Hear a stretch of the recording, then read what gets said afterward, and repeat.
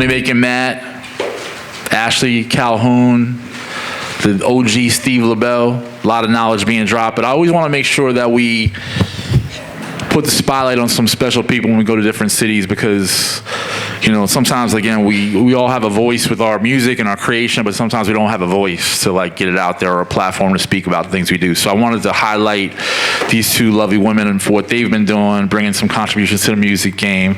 So to the end, it's my girl Perfxn. I've known her for a while. She's been on everything from major studio management. She's a producer. She's a clothes designer.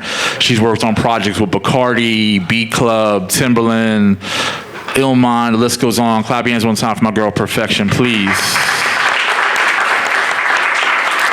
I was privileged enough to be in a session with our next guest. When I used to manage Cadence, she came down to the session at one of our studios at 1500 Sound Academy. Actually, before, it was a 1500 compound, and we had a studio there. Cadence had a studio there. So I'm not sure if you came in for your own session or I called you in, maybe. It was one of your producers. Okay, cool. It's one of the producers, and she's an amazing engineer, mix engineer, sound design. Fat Joe said, yesterday's price is not today's price. It works well with her because when she first started, I think I was paying her like $20 an hour, and then I hit her up one time. She's like, oh yeah, $60, $80 an hour now, probably even more.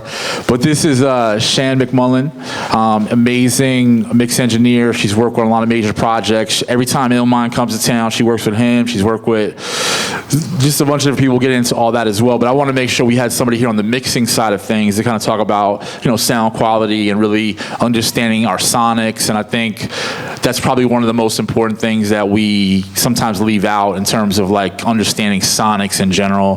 When music comes in, the different levels, just the overall playback, but then also getting into some detail in terms of just like some philosophical things that you do as a mix engineer. So give it for my girl Sian one time. Show some love, please. So you guys are gonna have to share a mic, unfortunately. Third mic, the batteries died and now it's not working at all. Yeah, no, it's dead. I don't know what's going on with that. Anyway, Perfxn, real quickly, tell us a little bit about your story just in terms of like how you got into the music game, management. Oh, no. Check. He said it'll work. Yeah. Talk to me. You want to borrow this one for a second? No, so I was saying, just give them like an introduction of how you got into the game, managing the studio, and just really kind of branching off into being a producer in general. First and foremost, thanks Hatch and everyone for being here. Super grateful for always being able to share my story and being a part of anything that you have going on. And thanks everyone for coming out today for sure. We really appreciate this. But in regards to me, I come from a family of musicians. I'm originally from the Bronx, New York. I've been in LA for 3 years now. I felt like I needed to kind of get away from all the noise and the hecticness of what I was raised in, which, it's a part of me, but I felt like in order to reach the next level, I had to kind of change my environment. So that's why I'm in LA. But being born and raised in New York, I come from a family of musicians, but I was always kind of told to, I'm sure a lot of people relate to stay in school and, get good grades and things like that, which I did, but I felt like going into college, school wasn't really for me. I didn't feel like I was like a bookworm or anything like that. I felt like I was more of a creative.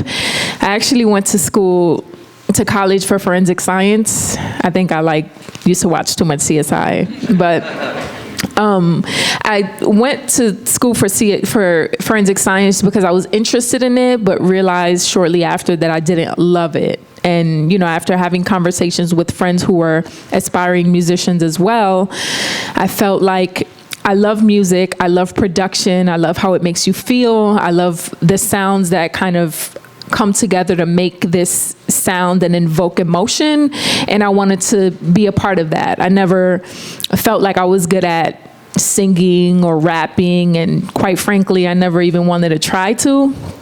Even though I know a lot of people would always say, you never know until you try. It's like, I know that's not my lane and I'm good with that. So I felt like production was my lane and I wanted to learn more about it. So I started to kind of dabble into it, like downloading DAWs and, demos of different DAWs to just play around with it. And one day I just felt like I'm gonna drop out of school and pursue music.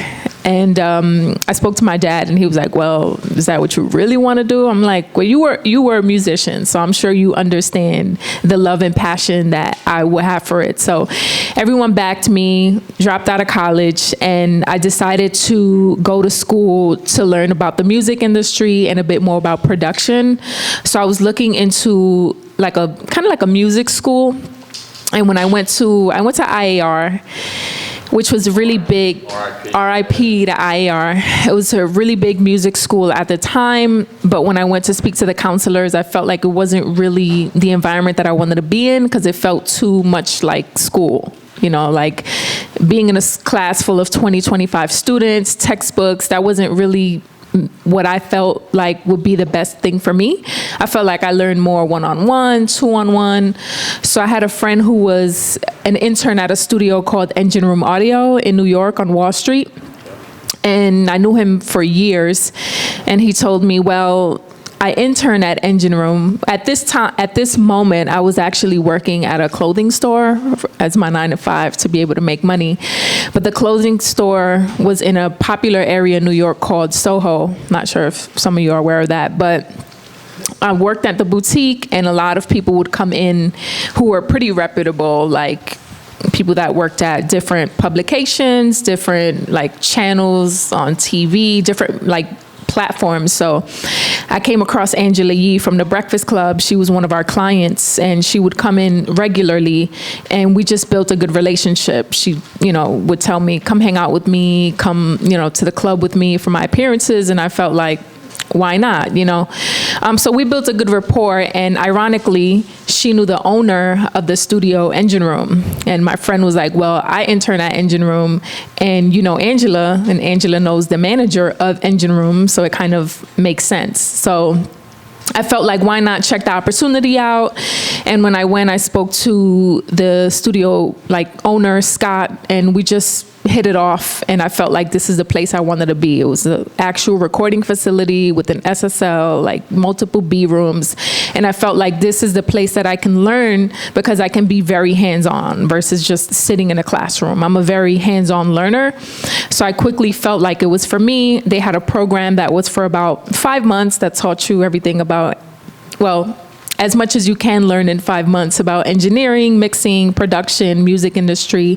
And then after that, they asked me to intern for them. So I interned for about 2 months, and then they asked me to be like an assistant studio manager after that, which I ended up doing for about 5 years.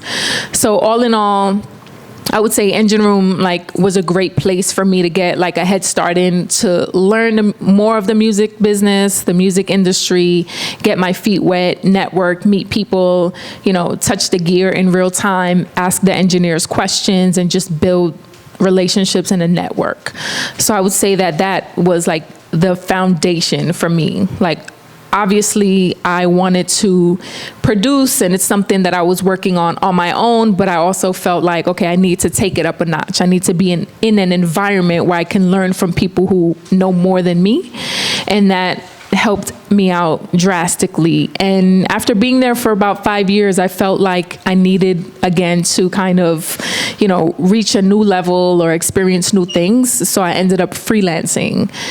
So I stepped away from the studio, but I still kept the relationship with them, which I think is extremely important in this industry, is to build and keep relationships.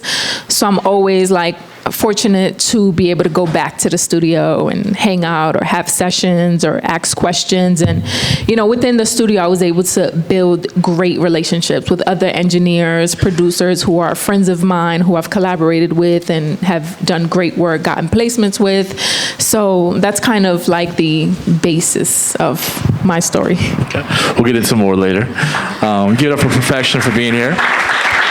Sian, talk about how you got into the game. Was mix engineering your first process? Did you want to be a producer first? Talk about how you got introduced to the game.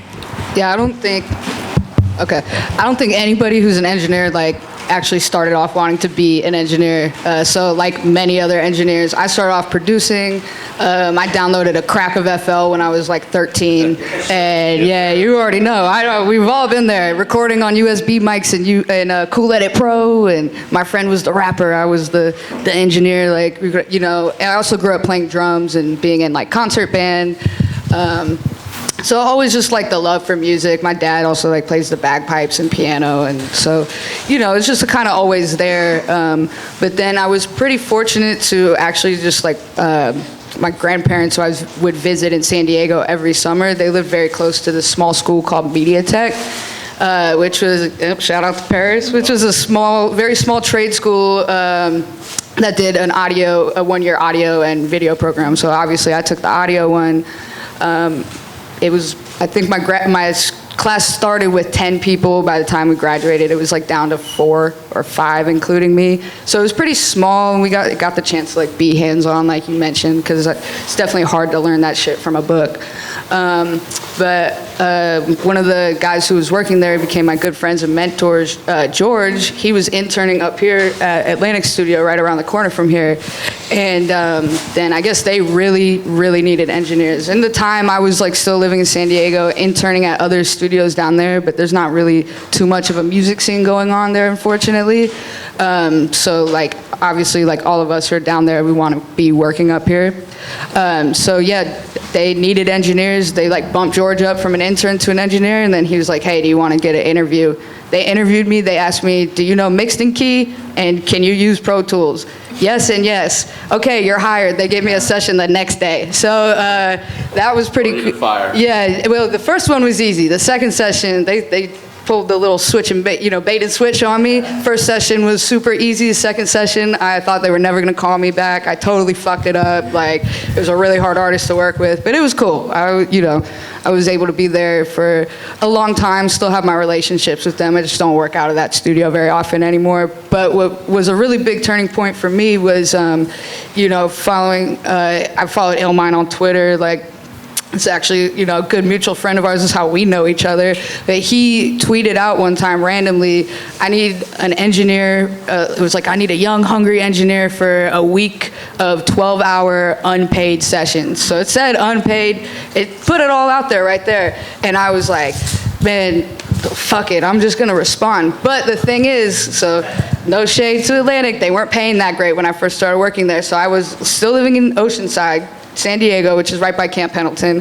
On Mondays and Fridays, I was a janitor for office buildings at nights. So I would leave here by like, I always knew that as long as the sessions would end at like 3:30, as long as I got on the road by 4:30, I would miss the morning traffic getting south, sleep all day, then wake up at like 6 and go down south even further into San Diego to clean these buildings. So I had to do my janitor job, and I almost didn't send the email to him because I thought it was going to be too late, but it actually worked out perfectly because he's on the East Coast and he's like an early riser. So my email was, I guess, the very first one that he saw. My name is also very unique, and he had recognized it from, I was, interacting with him, on Twitter and Instagram and stuff. So he said he like kind of recognized my name, and he emailed me back right away and gave me his phone number, and I freaked out.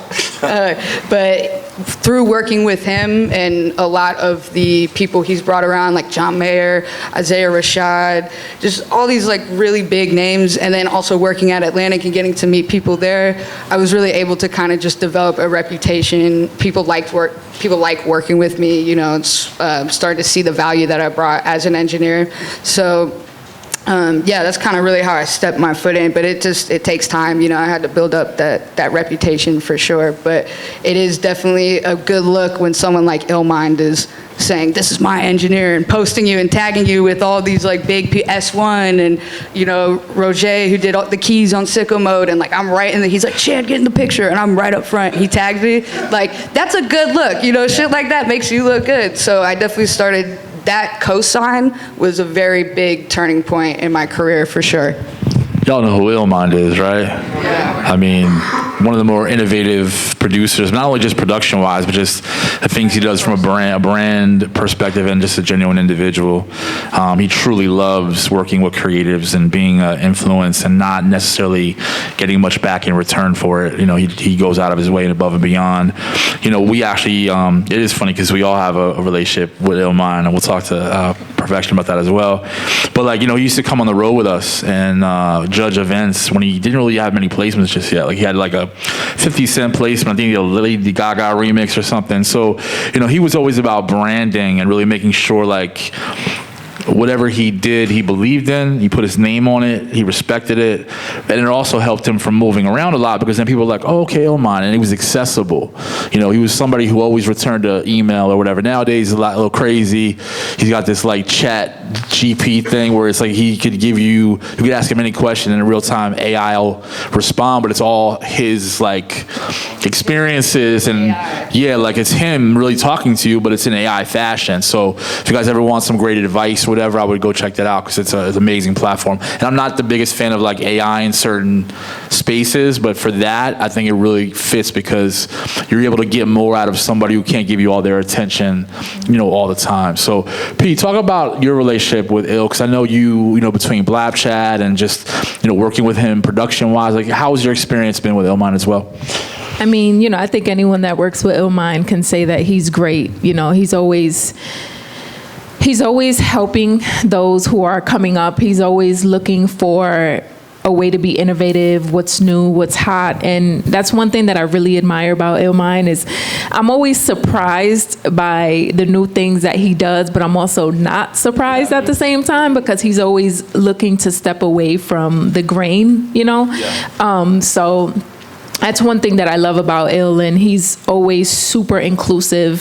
For me, he's always been inclusive. Even the times where I wasn't sure about myself, Illmind was always like, nah, man, you got it. Like, you got it, you know, and having that motivation from someone like him who, you know, has been through the difficult things that come with this industry is like super important, and being able to vent to him about the frustrations that like I may experience in the game, you know, is always good. But I met Illmind at Engine Room, the studio that I was working out of.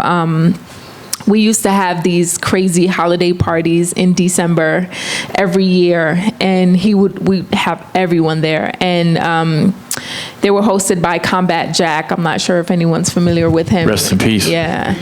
And Angela Yee, so we'd have it every December, and he'd come, and I met him with Atlas, who they were working together at the time.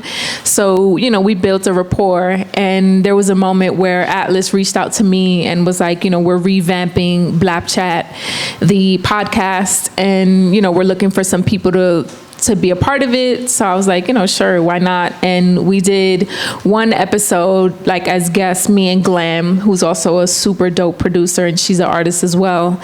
And we did one interview with him and Atlas, and then after that, they were like, okay, back next week. And we were like, shit, okay. And we became like the official co-host, and from there, you know, just built a super great relationship with Illmind every week. You know, we had so much fun on the podcast, just talking shit, you know, about music, about beats, about production, just everything you can think of. We had a segment called Blabber Crap where we would listen to. We had a segment called Blabber Crap where we'd have people submit their beats, and either we'd blab it if it was cool, or we'd crap it if we thought it wasn't. And a lot of people would just send us their beats because whether they were hot or not, they just wanted to get that exposure.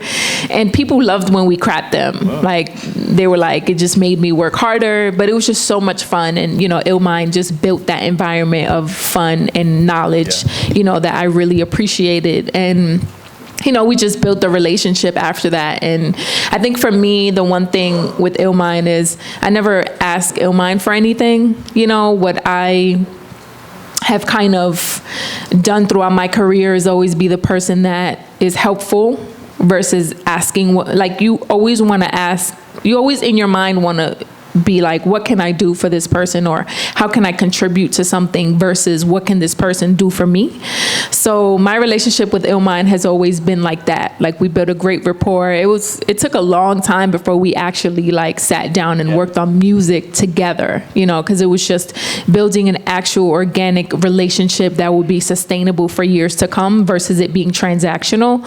And that's the great thing about my relationship with him, you know. So over the years, we just bonded and built like a great rapport as friends. And, you know, we started getting into sessions together and making music. And there was one time, there was a few times that we've been in the studio with Sian as like the engineer, and we just cook up and just talk shit and make music. And we had a session recently with Beat Club that we like cranked out some super dope shit. So super grateful for Illmind. You know, he's always pushing you to do better and always like pushing you up, you know. So I admire that for sure. Yeah, get up for Illmind too, man. He's a great dude. You know, it's funny because we had a few panels today. We had Steve LaBelle, we had Ashley Calhoun from Pulse, we had Money Making Mad, who manages Cardiac, and then you guys know who he is.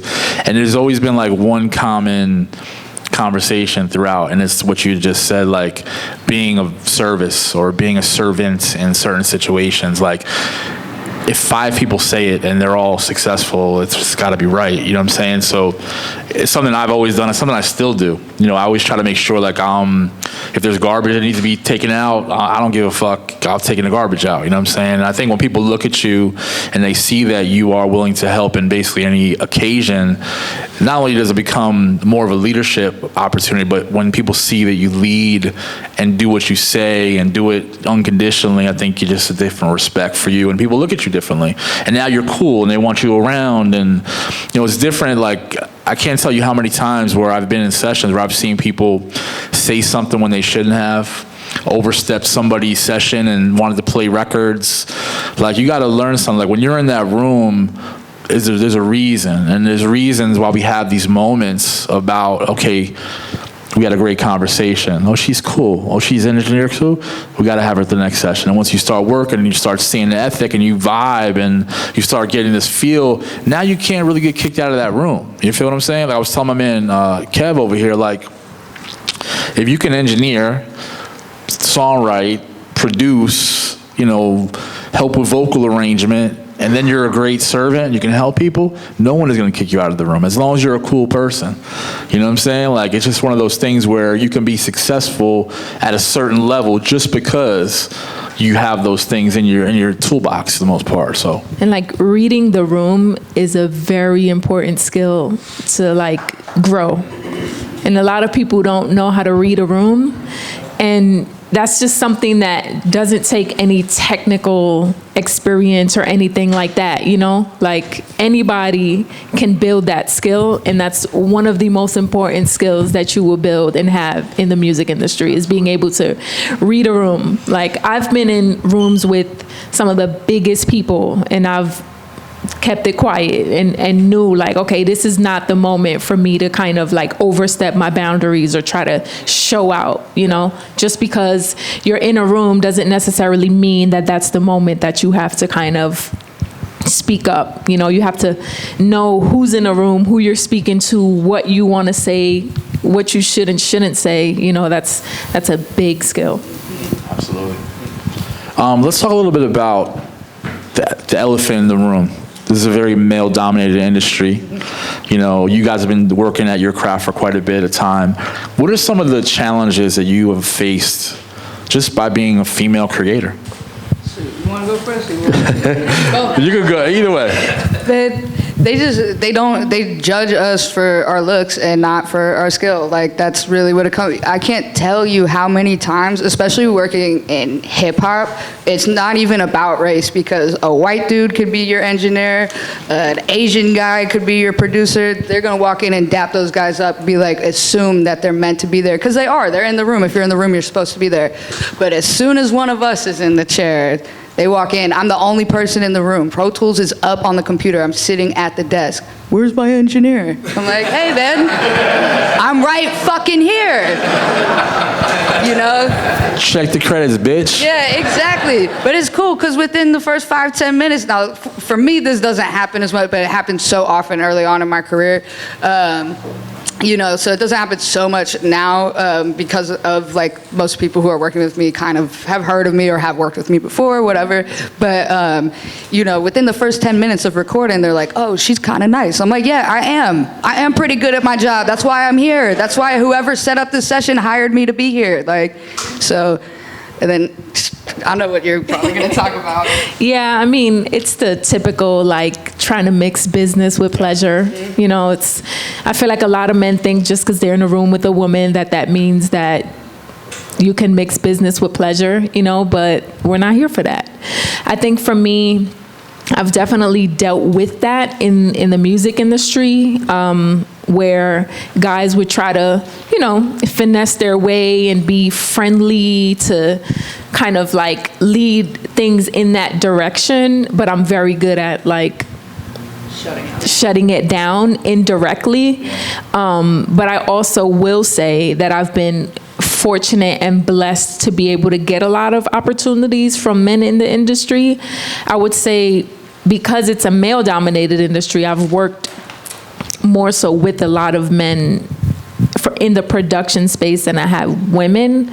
So a lot of my opportunities have come from like my male, like, you know, counterparts, but definitely have experienced moments where men would kind of try to be too friendly or try to be your friend just to mix business with pleasure or make it seem like they want to work with you when in actuality you just want my number. You know, so that's like the most common thing that you have to deal with as a woman, some more than others, you know. And again, I think I've been fortunate enough to build great relationships with people that have a good rapport, that have co-signed me. But more than anything, I've built a great resume of work where people know if I'm in the room, like, I'm about my shit, you know. I also just want to bring up a pet peeve of mine because I hate when a guy will walk into a studio and say what's up to everybody except for the woman or except for the engineer. But most of the time, if the engineer's a guy, they'll say, I tweeted something about this one time and the responses I got were appalling. Dudes were like, well, I don't know if that's bro's girlfriend. If I'm in the room, why would you assume? I don't assume you bring your girlfriend to work. Why would you assume that these guys do? Like, so yeah. That assumption that if you're in the room, you're a girlfriend or a wife or like, yeah, that assumption sucks. But I do totally agree with Perfxn where it's because it is male dominated. Like I've been fortunate to work with a lot of really great and talented men and men who really like have become like Illmind is, I think we both say, a really good friend who actually cares about our well-being, you know? It's definitely not a man-hating thing, but you know, the challenges that come just for being a woman is definitely adamant. Absolutely. Clap it up for these lovely ladies one time, please.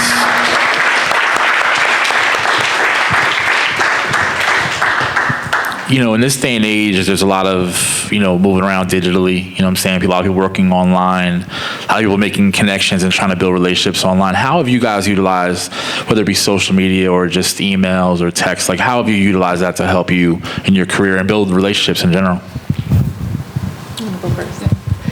Instagram has been so important for me, getting my own clientele, branding myself. Obviously, it's content's king. We all make content, and but even like before, I guess, this kind of TikTok era and stuff, very, very instrumental. I already mentioned that like I connected with Illmind originally from his tweet. So Twitter is, we'll rip Twitter, X, yeah,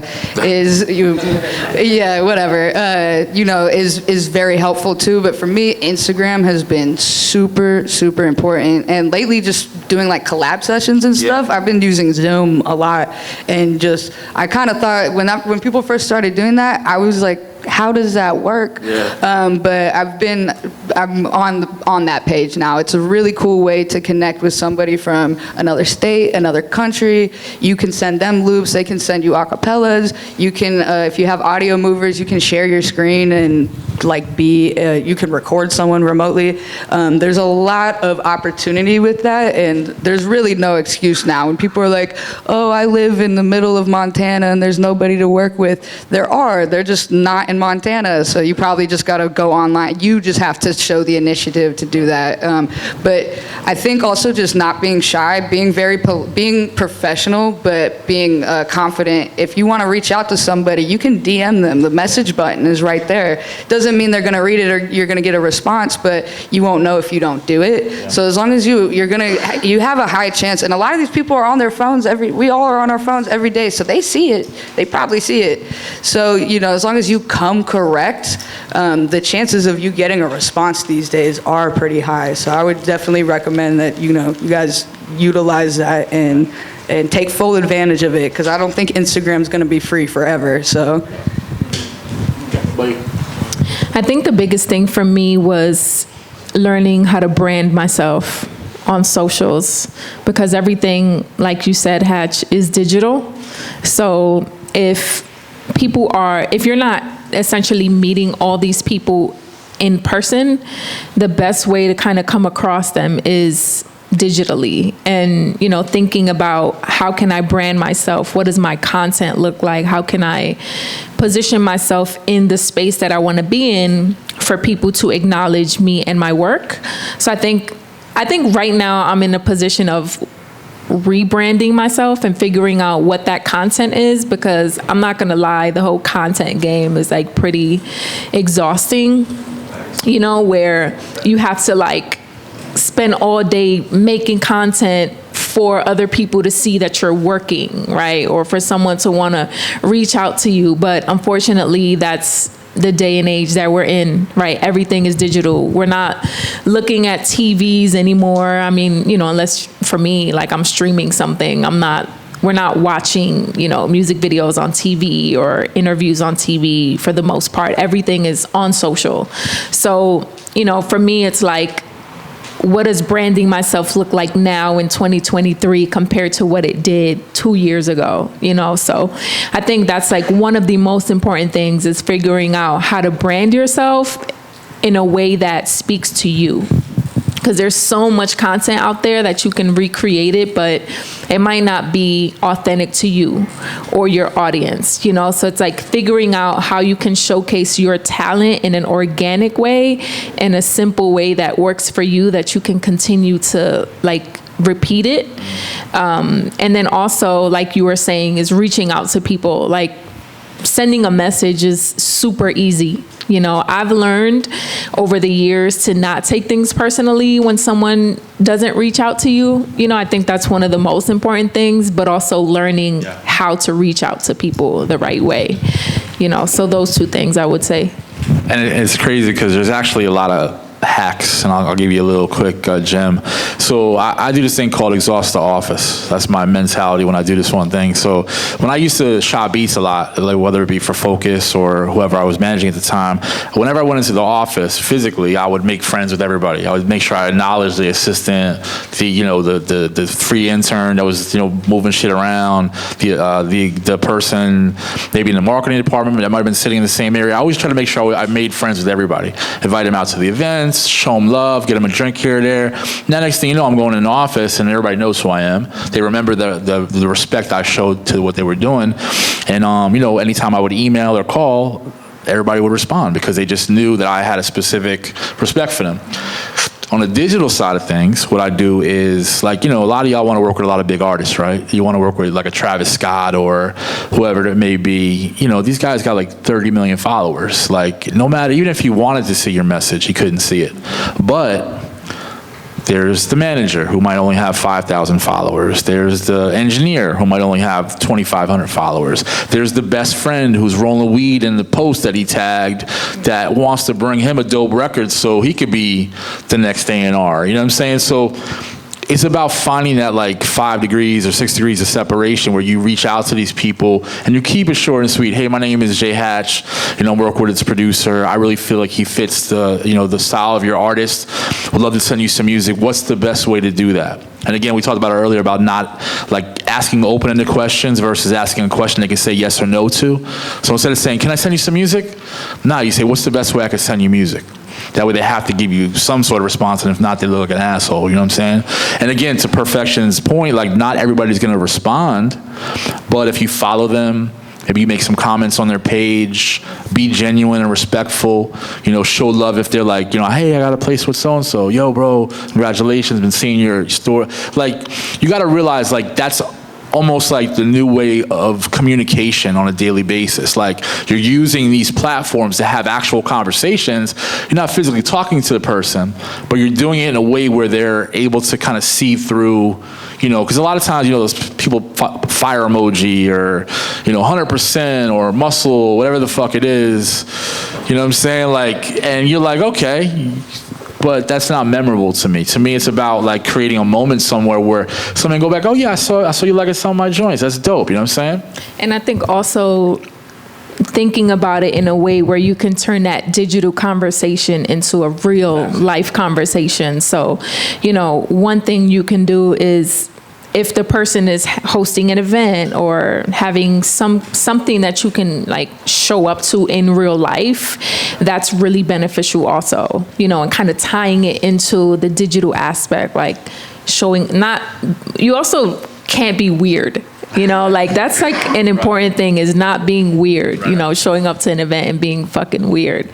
Because then you're going to be, they're going to write you off for sure. But, tying in certain things together, like if they posted something cool on social and then you see that they have an event and you show up, kind of acknowledging that, like, hey, I saw that you did this last week, that was super dope, I did that 2 months ago, how was that for you? And then like that allows them to kind of let their guard down and feel more comfortable around you, and then that can also help build a rapport. And even if you don't have those conversations in real life with them, just being able to put yourself in those spaces are important, because one thing I've realized over the years is the music industry is big, but it's not that big.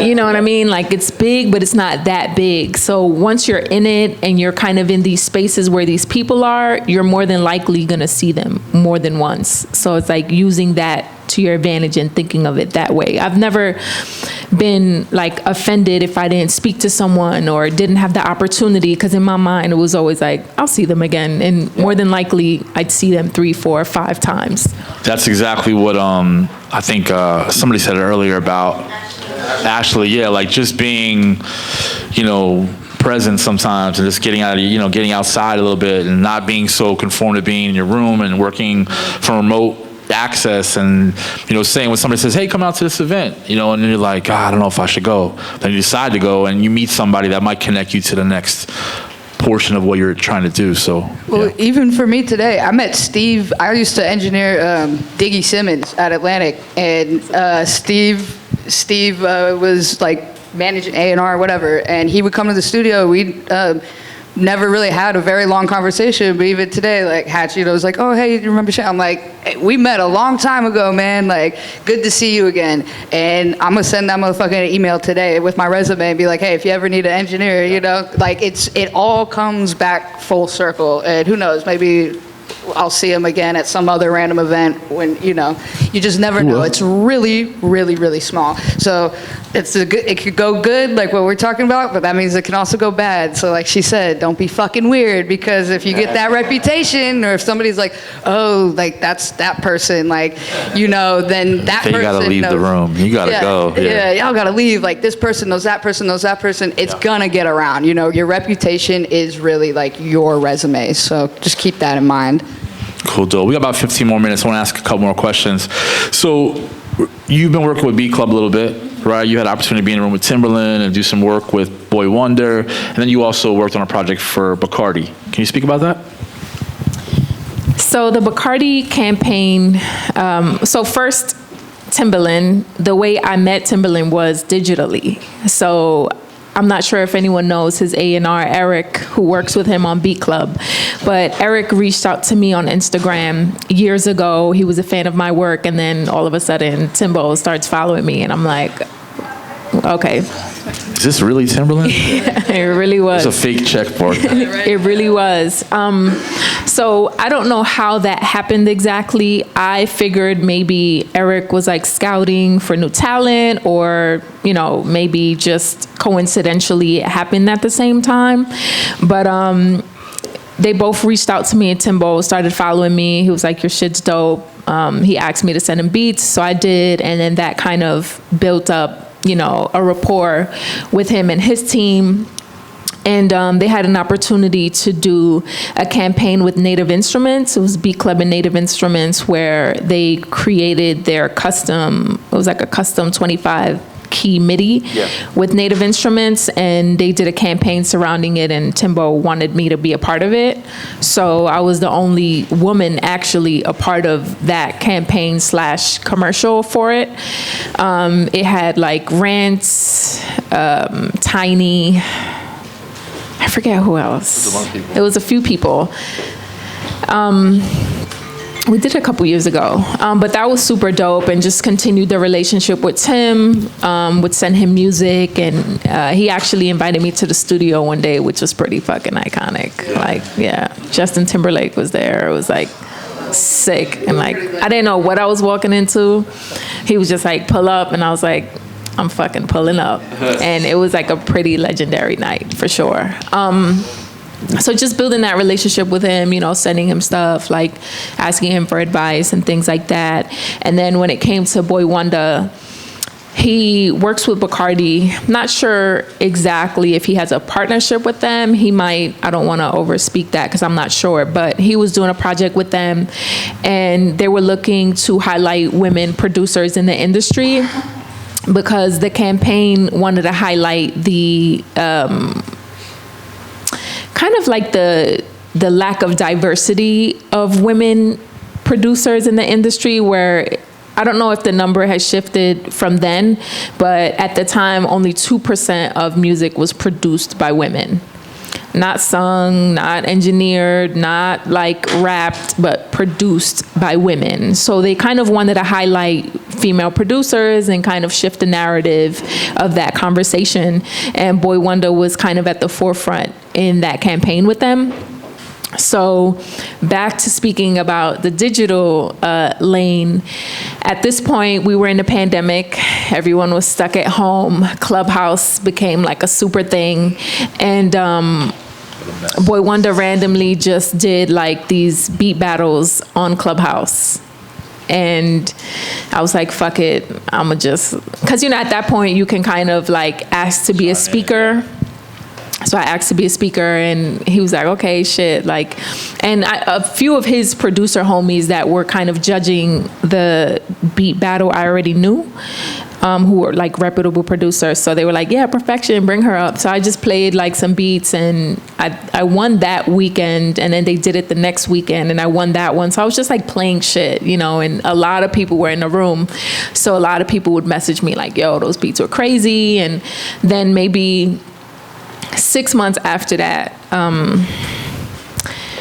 Wonda's management reached out to me and was like, hey, he's working on this campaign with Boy Wonder, highlighting like women producers. He'd like you to be a part of it. Are you interested? And I'm like, yeah, of course, you know, that'll be amazing. So that's kind of how that got started. And he chose 2 other producers to be a part of it. So it was 3 of us in total. And it was this whole big campaign highlighting women producers. We had to work on our own track, which was going to be released as an NFT. This was when like the NFT movement was really booming. So we did a mixtape with Bacardi and Boy Wonder, and within the mixtape, each producer, which was again 3 of us, produced our own track. So one of the producers is also an artist, so she was featured on her own track. Another one was a producer / DJ, and so it was Denise Dion, who's an artist. Yeah, super dope. She's from Toronto. Amazing. So she's an artist, producer, so she was featured on her own track. And then Bambi, who's a producer / DJ from Toronto as well. she had an artist on her track, and me not being a singer or rapper, I felt like giving the opportunity to someone that I was working with and had a good relationship with for a long time. So I featured Nika Moore, who's a singer-songwriter and a friend of mine, because I felt like it was fitting. And they were like, sure. They listened to her stuff. They were like, if you want her on, cool. And I was like, me and her have a relationship already, and we know how we both work, and we bring out the best in each other. So I felt like that would be the best thing to do for the campaign. And we just produced some shit, and it just came out. It came out as an NFT mixtape, and then it was released on DSPs, and they had like this whole campaign around it. And we went to Puerto Rico to perform the track, and like this whole end of the campaign party. So it was super dope. It was great to get the cosign from Wanda. It was great to connect with him in real time. We did a sit-down interview with him. Each producer did a sit-down interview with him for the campaign. And then we all went to Puerto Rico to kind of celebrate the end of it. So it was good, man. It's always good for me, one, as a woman, right? Not to talk about the cliche, but in a male-dominated industry, it's always good to have the producers and the men who are at the top of their game and the game kind of embrace you. So, Wanda obviously is one of my favorite producers and has done amazing things over the years. So being able to work with him and be co-signed was super dope. Fire. Get it for Perfxn Sian. Sian, last question for you as well. So, there's gear, and then there's the ear. Yeah. So talk a little bit about your philosophical approach or creative approach when it comes to like an actual mix, or even maybe setting somebody up for that process in general.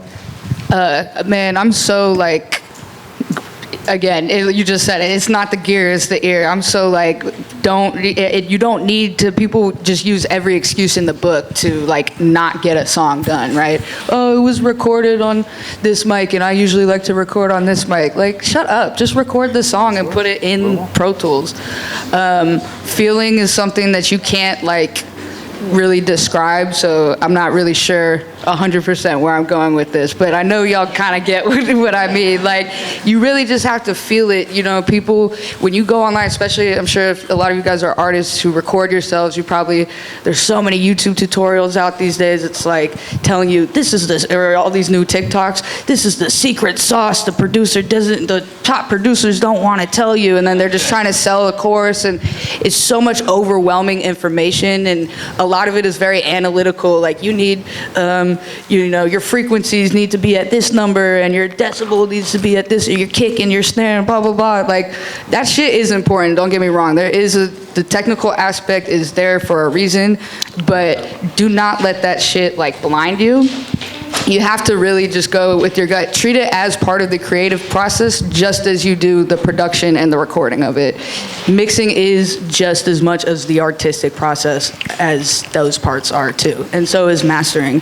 So if you approach it from that way instead of like, because it's engineers, we're nerds. Like, we're in there playing with fucking knobs and buttons all day. But it can be really fun and a really like beautiful part of the process. It's just very intimidating. So just don't let it overwhelm you, because I promise you can get a way better mix than you think you can with a lot less shit than you think you need. All of this stuff is just, it's so overwhelming, and it can be super scary, but just simplify it and just extend it as part of your artistic process. That would be my philosophical advice, I guess. All right, give it up for Sian Sian. Can you guys just give everybody your social media if they want to connect with you at some point? Yeah, so my socials, it's Love Perfxn, just straight like that. The way you spell perfection, like, off of social is Perfxn, but on social media, it's just Love Perfxn, the normal way. Okay. And mine's a conductor, like a train, Sian, Sian. Okay. And I'm also offering new, first-time client deals if anybody's looking for mixing right now. I'm running specials for the month of September, so feel free to tap in. Make sure y'all tap in with these ladies one time. Clap your hands one time.